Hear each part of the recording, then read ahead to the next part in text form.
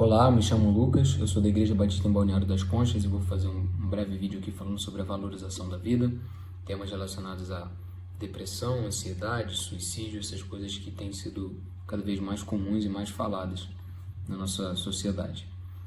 Eu sou um indivíduo comum, não sou dessa área, academicamente falando, mas eu creio que pode ser útil aqui o que eu vou trazer aqui para vocês. Me dirigi aqui a dois grupos, primeiramente as pessoas que passam por esse tipo de problema e depois as pessoas que, por mais que não passem por isso, podem ser instrumentos de ajuda para quem sofre com esse tipo de questão. Primeiramente, falando para as pessoas que passam por esse tipo de coisa, eu gostaria de dizer assim, para que você não se isole. Eu não duvide de que existem pessoas de verdade que realmente se importam com você e que estão dispostas a caminhar com você, a compartilhar desse fardo e desse sofrimento que você sente. Porém, eu acho que, nesse sentido, quando a gente vai compartilhar esse tipo de situação com alguém, pelo fato de ser algo muito íntimo e muito sensível, é prudente e sensato que a gente compartilhe com alguém que a gente conheça de fato e não saia falando de questões tão íntimas, assim, sensíveis a qualquer pessoa que a gente não conheça, até para não expor a nossa vida e eventualmente piorar a situação. Então, por exemplo, falar com os pais ou com irmãos, familiares próximos, isso pode ser já um bom começo. Outra coisa que eu gostaria de dizer é para que você não pense que você é inútil ou sem valor. Ainda que alguém já tenha dito isso, ou mesmo você pense isso, não acredite nessa falácia. Você não é fruto de mero acaso, de meros processos assim reprodutivos que fizeram com que você viesse à existência. Existe Deus, esse Deus é infinito, é todo-poderoso sim, mas ao mesmo tempo ele é pessoal e ele sustenta o universo, todas as coisas, cada parte da sua criação ele sustenta e isso inclui a sua vida. E além disso ele deseja também se relacionar com você pelo fato dele ser pessoal e se revelar a você.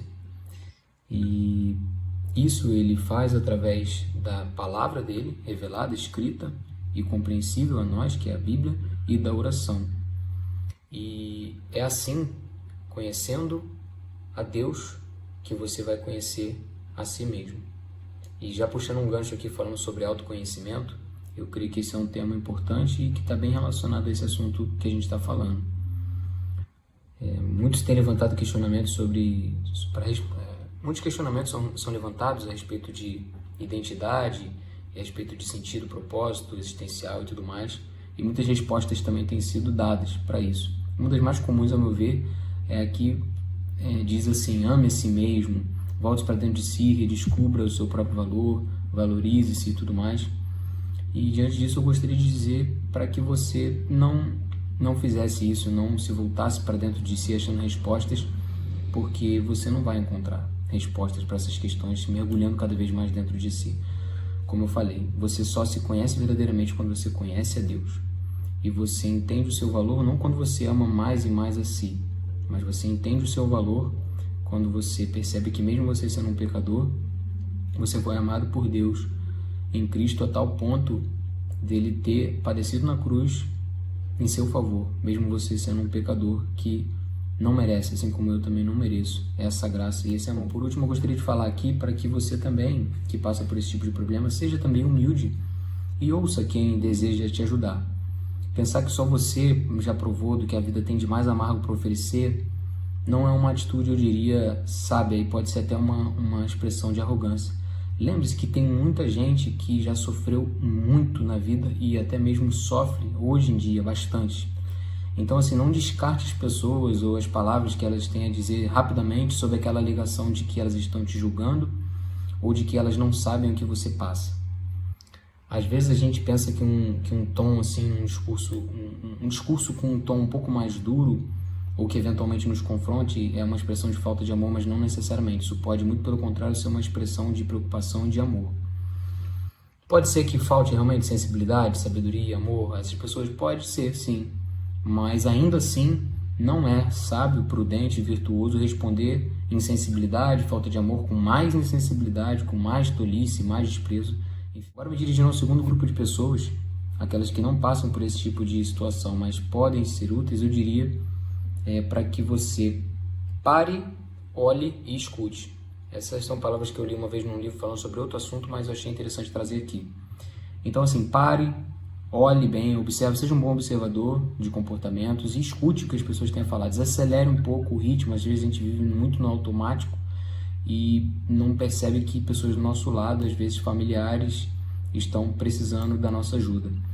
Alguns exemplos de comportamentos aos quais a gente deve estar atento, né? Isolamento, mudanças marcantes de hábitos, perda de interesse por atividade de que gostava, descuido com a aparência, piora do desempenho na escola ou no trabalho, alterações no sono, no apetite, né? E frases como, preferi estar morto, quero desaparecer.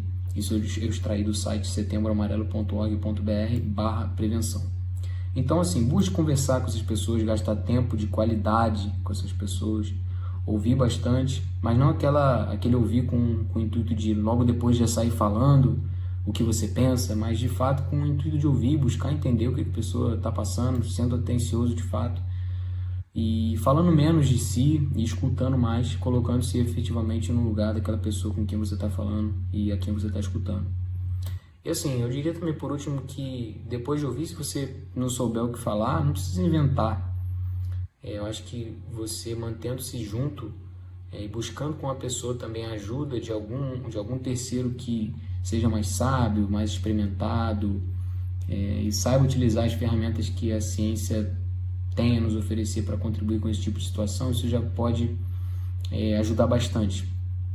Então eu creio que esses sejam alguns passos aí que podem nos ajudar nesse tipo de situação. Então, que Deus possa nos conceder graça e nos conduzir nesse processo.